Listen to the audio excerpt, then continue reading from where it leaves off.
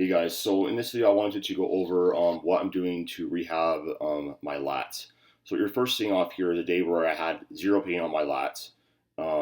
It's in my lower left lat primarily, and I hit 670 D2. Um, and this has been a pretty nagging injury, honestly. It started during my prep. Um, into my last meet, and it got pretty bad honestly towards the end. But I was able to get through and peak, and then I deloaded it into my meet, and I've actually had very minimal pain in that part of my lat. I was able to pull 700. I mean, there was still some like discomfort, but it was nothing bad. And then for that entire training site block back, pain really didn't get terrible. It was still somewhat present, but it wasn't that bad. So essentially, where I'm sort of having pain, it's sort of a radiating pain, more around the origin of around the inferior angle of the scapula. Yesterday, you guys will see what I did.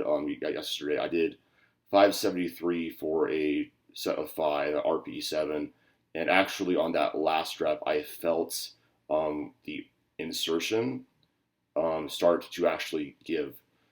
So essentially, it inserts right on your bicipital tuberosity of the humerus slash bicipital groove, which is going to be like right in between your two triceps, and it just kind of started to tear. And just for like some background information, I've had, so 2 years ago in 2020, I remember back around Octoberish. This is back after just for some context, that was after I was dieting down. I was in a constant calorie deficit. I was, just because like that was how I was coping with the pandemic and all the stress I was feeling. Um, and I just went too hard, too heavy, too fast.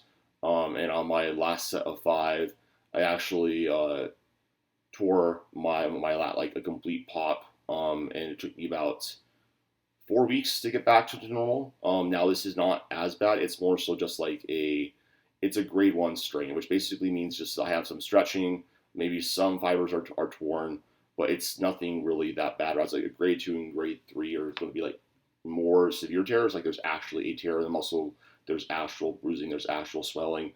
I just have some redness and point tenderness on my lats. Um, so what I'm going to be doing going forward is a couple things. So first off, I need to have a little bit more of an aggressive fatigue management strategy with my lats, and what I'm going to basically, and just on deadlifts in general. Um, in the past, my coach and I have mostly just wave loaded.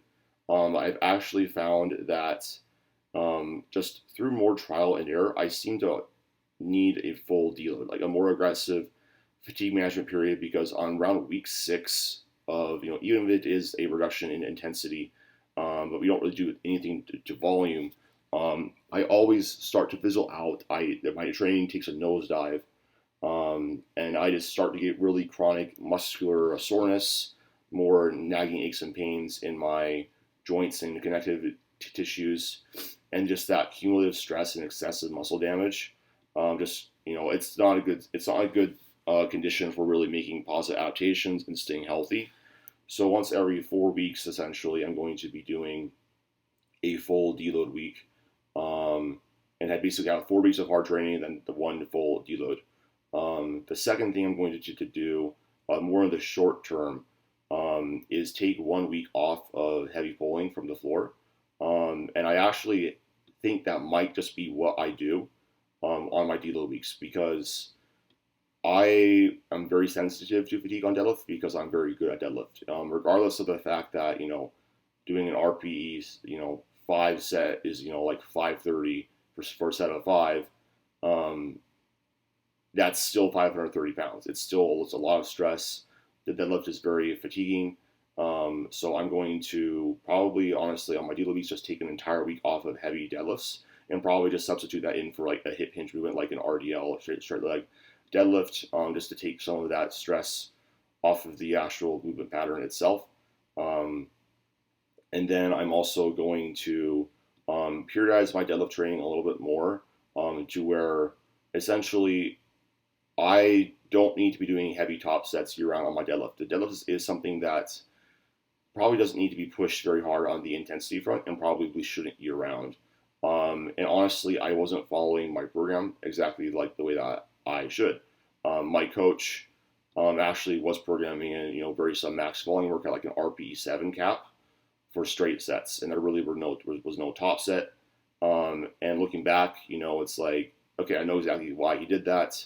Coming off of a intensity focused block of prep, um, it doesn't really make any sense to push deadlift intensity, especially year round. It's just really not a sustainable way to train. And in all honesty, even going above like an RPE 8 most of the time isn't necessarily that much worth it, especially on deadlift. I think on squat and on bench press, you can get away with it a little bit more.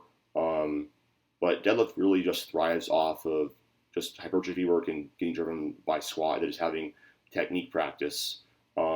And I also just like, because I have a following and because I do feel some pressure to, always show some sort of progression, that's also why I haven't taken my top sets a little bit heavier, because I want to have something to share.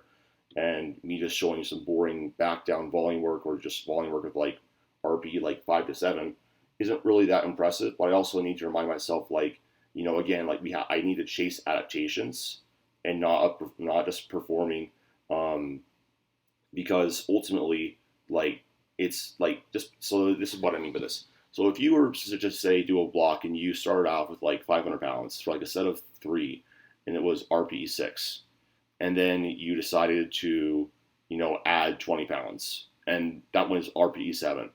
Well, that was you just trying hard. That wasn't necessarily that you got stronger, because your estimated 1 rep max didn't change. You just tried harder. Now, getting stronger would be, say you added 10 pounds and it was still RPE 5.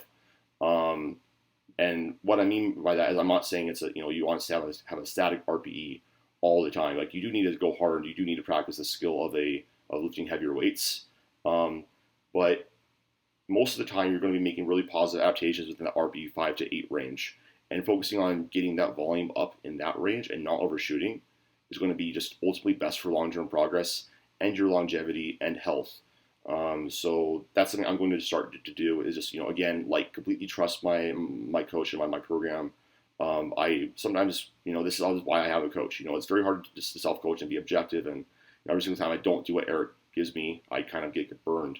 And then the last thing I'm going to do, and I'll probably will make a video on this once I get this in the mail, is I'm going to be taking some BPC 157 in my lap for 2 weeks, 500. I think it's micrograms or milligrams of one of the two, and twice a day.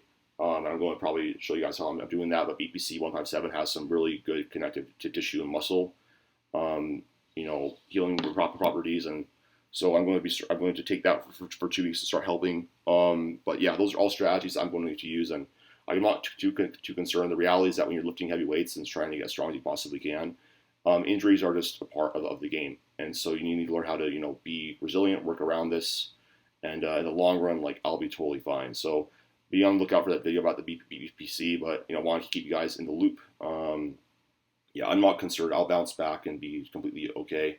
It's just a part of training, and if there's any lift to not train, it's the deadlift, because it does really, just like I said, doesn't really need a lot of intensity or a lot of volume, and really thrives off that posterior chain work with like hypertrophy movements and squat volume. So anyways, if you guys have any questions down below, please ask them. And yeah, thanks for watching.